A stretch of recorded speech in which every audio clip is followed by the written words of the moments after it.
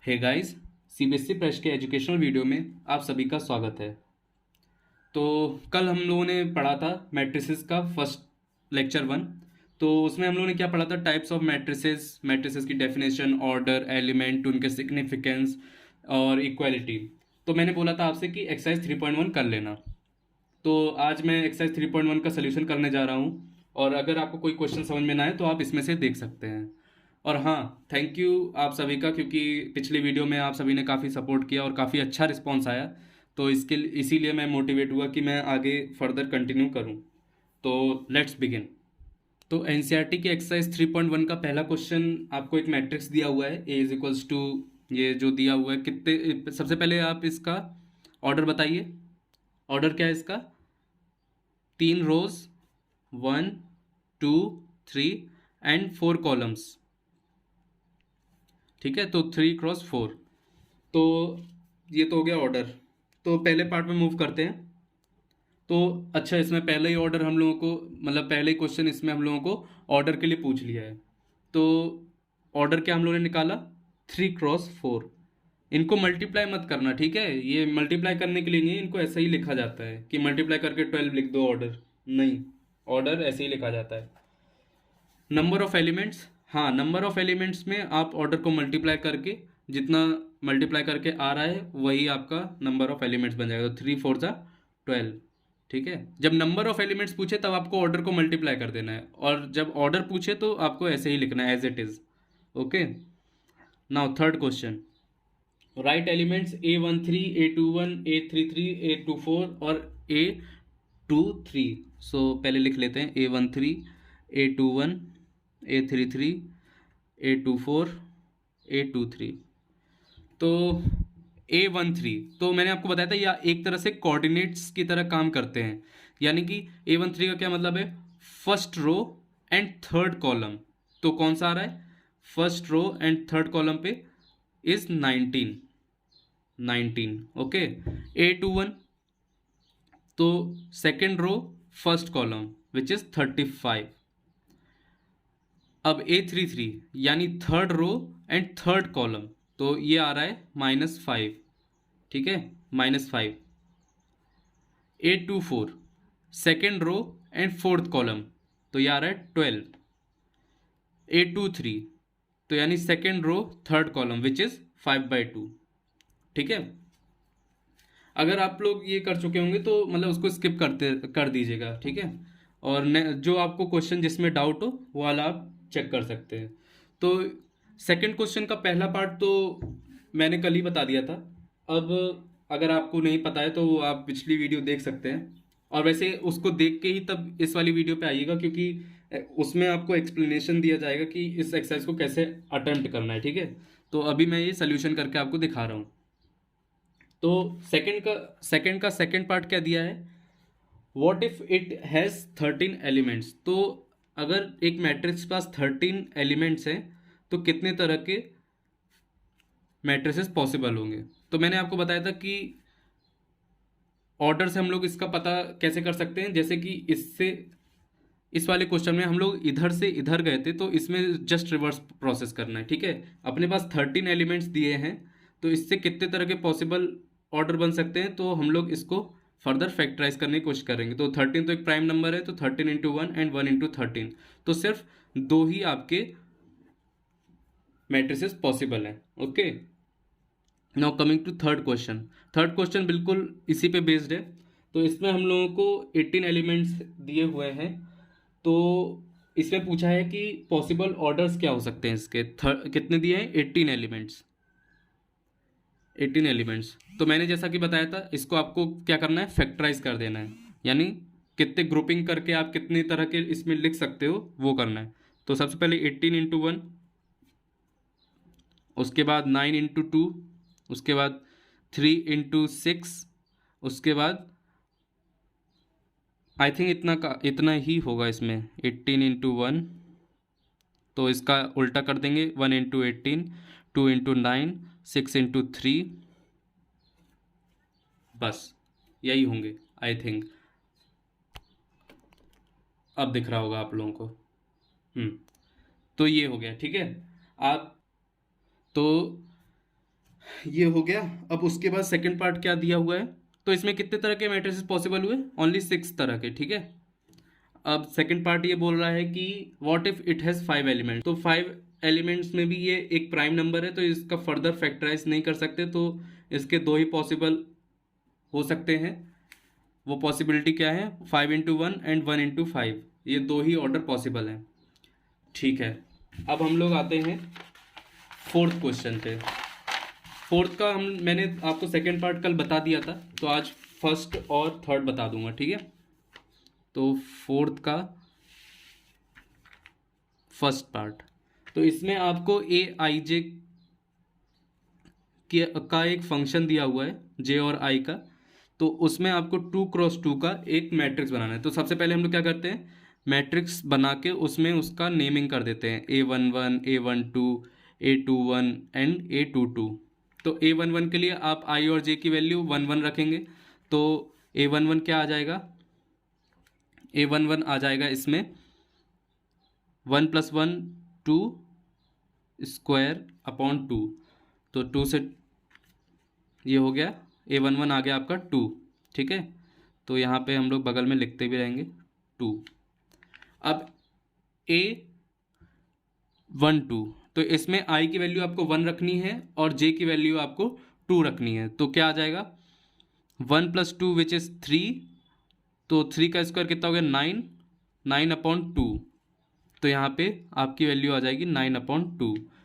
ऐसे ही 2 1 में, तो 2 1 में j की वैल्यू अब 2 हो जाएगी और i की वैल्यू कितनी हो जाएगी 1, तो इन दोनों का एडिशन आपका हो जाएगा 3 और 3/2 विच इज़ ऑल्सो 9/2।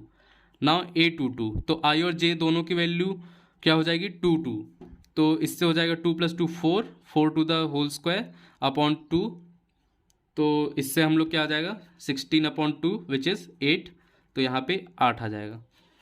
तो ये इतने को आसान क्वेश्चन देते हैं, है ना। अब आते हैं हम लोग थर्ड क्वेश्चन। ये 1 या 2 नंबर में ही आ सकते हैं, इससे ज़्यादा नंबर में नहीं आते हैं, पर 1 और 2 नंबर भी काफ़ी मायने रखते हैं जब आप बॉर्डर, मतलब जैसे 90 को जस्ट टच करने वाले, 95 से जस्ट ऊपर होने वाले या टॉप करने वाले, तो 1 2 नंबर काफ़ी मायने रखते हैं।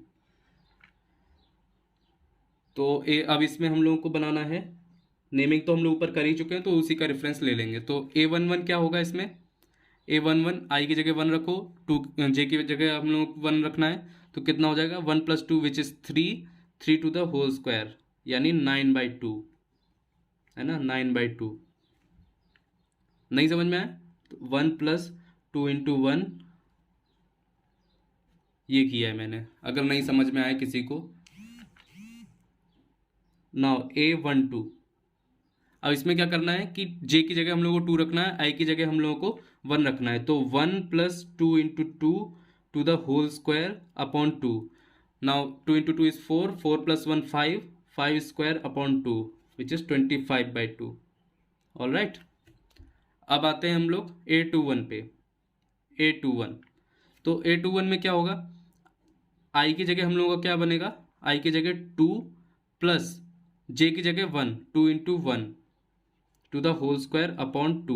which is 4 which is 16/2 which is 8, so it will become 8।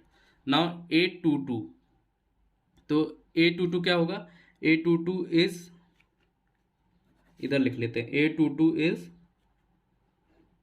तो इसमें हम लोगों को i की जगह 2 और j की जगह 2 लिखना है, ठीक है, उसका होल स्क्वायर करना है, अपॉन 2 कर देना है, तो 2 + 4 which is 6, 6² which is 36 which is 18, तो ये आ जाएगा 18। आंसर्स चेक कर सकते हैं, यही आ रहा होगा। इसमें से कहीं भी डाउट होगा आपको तो आई थिंक अब ये क्लियर हो गया होगा। ओके, तो अब आते हैं हम लोग फिफ्थ क्वेश्चन पे। अगर कोई क्वेश्चन समझ में ना आए तो उसका स्क्रीनशॉट लेके दोबारा देखिएगा, ओके, या रिवाइंड कर लीजिएगा वीडियो को। अब इसमें हम लोगों को बोला है फिफ्थ क्वेश्चन में कि 3/4 का हम लोगों को एक मैट्रिक्स बनाना है और ए आई जे की वैल्यू क्या दी है, a i j is equals to 1/2 minus 3i plus j. इसमें भी कुछ नहीं, वही करना है। सबसे पहले 3x4 का एक मैट्रिक्स बना लेना है। तो इसकी नेमिंग हम कर देते हैं A11, A12, A13, A14, A21, A22, A23, A24, A31, A33, A34, A3, A31, A32, A33, A34। Okay, ये कितने का है? 3x4 का है। तो अब कुछ नहीं, वही हम लोगों को करना है। A11 की जगह A11 रखेंगे तो I की जगह 1 और J की जगह 2, और वही पूरा का पूरा प्रोसेस फिर से रिपीट होगा। -3 + 1 विच इज़ -2, पर मॉड के आगे 1 हो जाएगा तो ये 1, ठीक है। तो इसको 1 लिखेंगे। अब उसके बाद क्या, A12, ठीक है। अब मैं आपको ऐसे ही बीच बीच में मतलब 1-2 एलिमेंट्स के बता दूंगा, उसके बाद मतलब इतना तो समझ में अब आ गया होगा कि कैसे करना है, ठीक है। इससे टाइम वेस्ट होगा आपका और कुछ नहीं, वो वीडियो लंबी हो जाएगी। A12, तो I की जगह आपको 1 रखना है और J की जगह आपको 2 रखना है। तो 1/2 mod -3 + 2 which is -1, but mod की वजह से 1 हो जाएगा विच इज़ 1/2। तो ये हो गया, ठीक है। अब मैं आई थिंक आपको समझ में आ गया होगा, तो ये सारे के सारे मैं लिख देता हूँ, ठीक है। तो जल्दी जल्दी लिख लेते हैं। तो A22, A13 क्या हो जाएगा? -3 + 0, -3 + 3 विच इज़ 0, तो ये 0 हो जाएगा। A14 क्या हो जाएगा? -3 + 4 विच इज़ 1/2, A14, ठीक है। बस कुछ नहीं, आपको I और J की वैल्यू पुट करनी है और आपका आंसर आ जाएगा। A21 फिर से, तो इसमें -6 + 1 विच इज़ -5 विच इज़ 5/2। ऐसे ही A22, तो -6 + 2 विच इज़ -4, मॉड की वजह से 4 हो जाएगा, तो इधर आ जाएगा 2। उसके बाद A23, -6 + 3, तो ये हो जाएगा 3/2 आई थिंक। उसके बाद 24, यानी कि I की जगह 2 और J की जगह 4, तो -6 + 4 विच इज़ 2 विच इज़ 1। मॉड की वजह से माइनस हट जा रहा है, ठीक है। ये मत कहना कि ये क्या बोल रहे हैं और लिख क्या रहे हैं, ठीक है। माइनस, वो मॉड की वजह से माइनस में हटा दे रहा हूँ ऑटोमेटिक। आप जब प्रैक्टिस बहुत ज़्यादा कर लेंगे ना, तो ऐसे ही आप भी कैलकुलेट कर पाएंगे। वैसे ये 1-2 नंबर में ही आता है। उसके बाद A31, 3 3 9, 9 + 1 8, 8/2 विच इज़ 4। उसके बाद A32, 9 + 2, मतलब -9 + 2 विच इज़ 7, तो 7/2। A33, 9 6, 6/2 which is 3। A34, तो A34 यानी -9 + 4 विच इज़ 5/2। तो ये हो गया आपका मैट्रिक्स, ठीक है। आंसर्स चेक कर सकते हैं। अब सेकंड पार्ट, सेकंड भी यही है, सेम टू सेम, बस आपको इस बार थोड़ा सा आसान सा दिया हुआ है। I + J मॉड वॉड का कोई झंझट ही नहीं है। तो A11 क्या हो जाएगा? तो 2 - 1 क्या हो जाएगा? 1, ठीक है। A12 क्या हो जाएगा? 0। A13 क्या हो जाएगा? -1।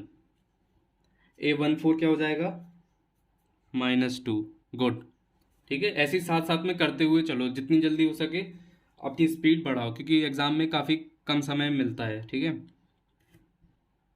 अब A21, तो I की जगह 2 और J की जगह 1 डालना है। तो A21 क्या हो जाएगा? 2 2 4 -1 which is 3। A22, 4 - 2 which is 2। A23, 4 - 3 which is 1। A24, 4 - 4 which is 0, ठीक है। अब 3 1, यानी कि I की जगह 3 और J की जगह 1, तो A31, तो 3 2 6 -1 which is 5। Now A32, 6 - 2, 6 - 2 which is 4। फिर ऐसे ही डिसेंडिंग ऑर्डर में आई थिंक जाता जाएगा, 6 - 3 आ जाएगा, उसके बाद 8 3 3 में, तो ये हो जाएगा 3, 6 - 4 आ जाएगा तो ये हो जाएगा 2। तो देख रहे हैं इतना आसान रहता है कि आप मतलब देख के क्वेश्चन सॉल्व कर सकते हैं। Now 6th question.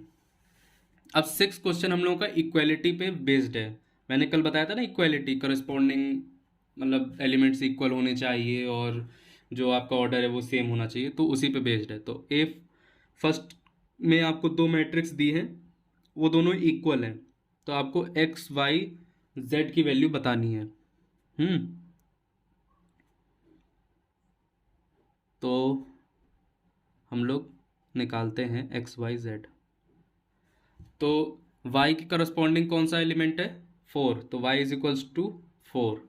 z के करस्पॉन्डिंग कौन सा एलिमेंट है, 3, तो z is equals to 3। And x की जगह कौन सा है, x इज इक्वल्स टू 1।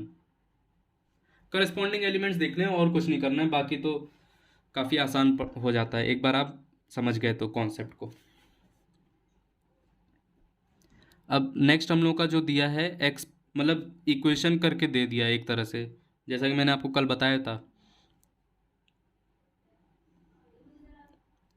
तो ये आपका मैट्रिक्स दिया हुआ है और इसमें बोला है कि ये दोनों इक्वल हैं, अब x और y और z की वैल्यू बताओ। तो इसको तो हम लोग कैलकुलेट आसानी से कर सकते हैं। सबसे पहले z को ही कैलकुलेट कर लेते हैं, क्योंकि z एकदम सामने ही है, अकेला पड़ा है, तो उसी को 5 + z, z is equals to z + 5 is equals to 5, तो यानी कि 5 से 5 गया तो z इज इक्वल्स टू 0। अब x + y आपका दिया हुआ है 6, ठीक है, और एक्स वाई आपका दिया हुआ है 8। तो इसमें आपको पता है कि क्या करना है, y की जगह मतलब x के टर्म में आपको y को लिख देना है, तो y is equals to 8/x, उसके बाद x + 8/x is equals to 6। Okay, ये क्वाड्रेटिक टाइप आपकी बन जाएगी, x + 8/6 8/x is equals to 6। I think यही है। तो कुछ नहीं, x से मल्टीप्लाई कर दो, x² + 8 is equals to 6x, ठीक है। उसके बाद आप इसको 6x को इधर पे ले आइए, उसके बाद आपकी ये क्वाड्रेटिक बनी गई है, तो इसको फैक्टराइज करना है। तो -4x - 2x + 8 x - 4, x को कॉमन लेने पे और 2 को कॉमन लेंगे तो x - 4, तो x की दो वैल्यू आ रही हैं 2 और 4, तो यानी कि y की वैल्यू 2 आएंगी।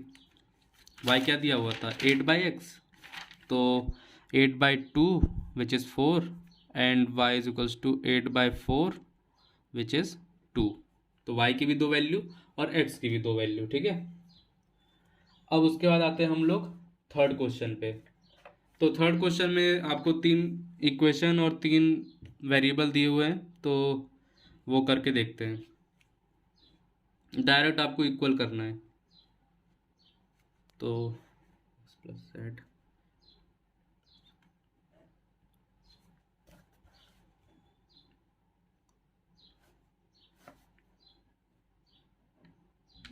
तो ये रहा।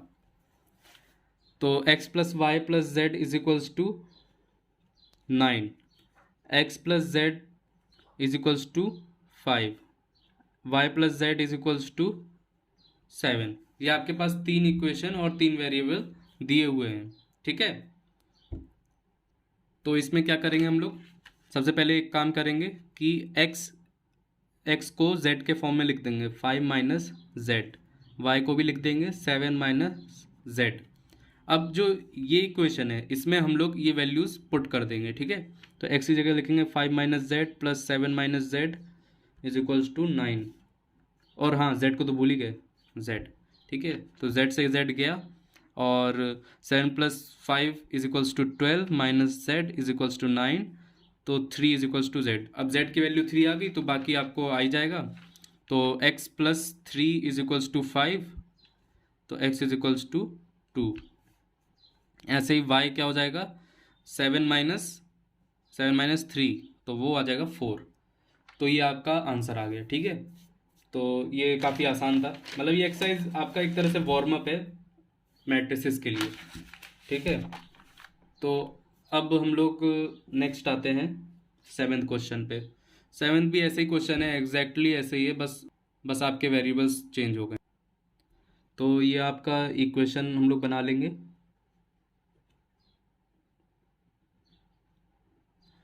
और दो इक्वेशन इधर से भी बन रही है, ये सब आपस में कनेक्टेड हैं। ठीक है, तो सबसे पहले हम लोग ए और बी की वैल्यू कैलकुलेट करते हैं। तो इधर पे ये लगा और ये तो ये आ जाएगा minus a is equals to -1 which is a is equals to 1। तो 1 minus b is equals to -1, तो 2 इज इक्वल्स टू बी। ठीक है, अब ए की वैल्यू इसमें पुट करो, 2 plus c is equals to 5, c is equals to 3। अब सी की वैल्यू इधर पुट करो, तो 3 into 3 plus d is equals to 13, d is equals to 13 minus 9, तो ये हो जाएगा 4। तो आपकी 3 वैल्यू आ गई हैं। ठीक है, तो वीडियो काफ़ी लंबा हो गया है, 20-25 मिनट का हो गया है, तो आज के लिए इतना ही। अगला जो टॉपिक हम लोग पढ़ने वाले हैं वो है ऑपरेशंस ऑन मैट्रिसेस और उसके आगे के कुछ पार्ट्स, तो stay tuned for that. Make sure you like, subscribe and share this channel and this video, and thank you for support जो आपने पहले दिया था पहले वीडियो पे। आई होप इस वाले वीडियो पे भी आप ऐसे ही सपोर्ट देंगे। थैंक्स टू बीके एजुकेशन, उन्होंने काफ़ी सपोर्ट किया हमको, मेरे इस इनिशिएटिव को फ्री एजुकेशन के लिए। तो थैंक यू ऑल, मीट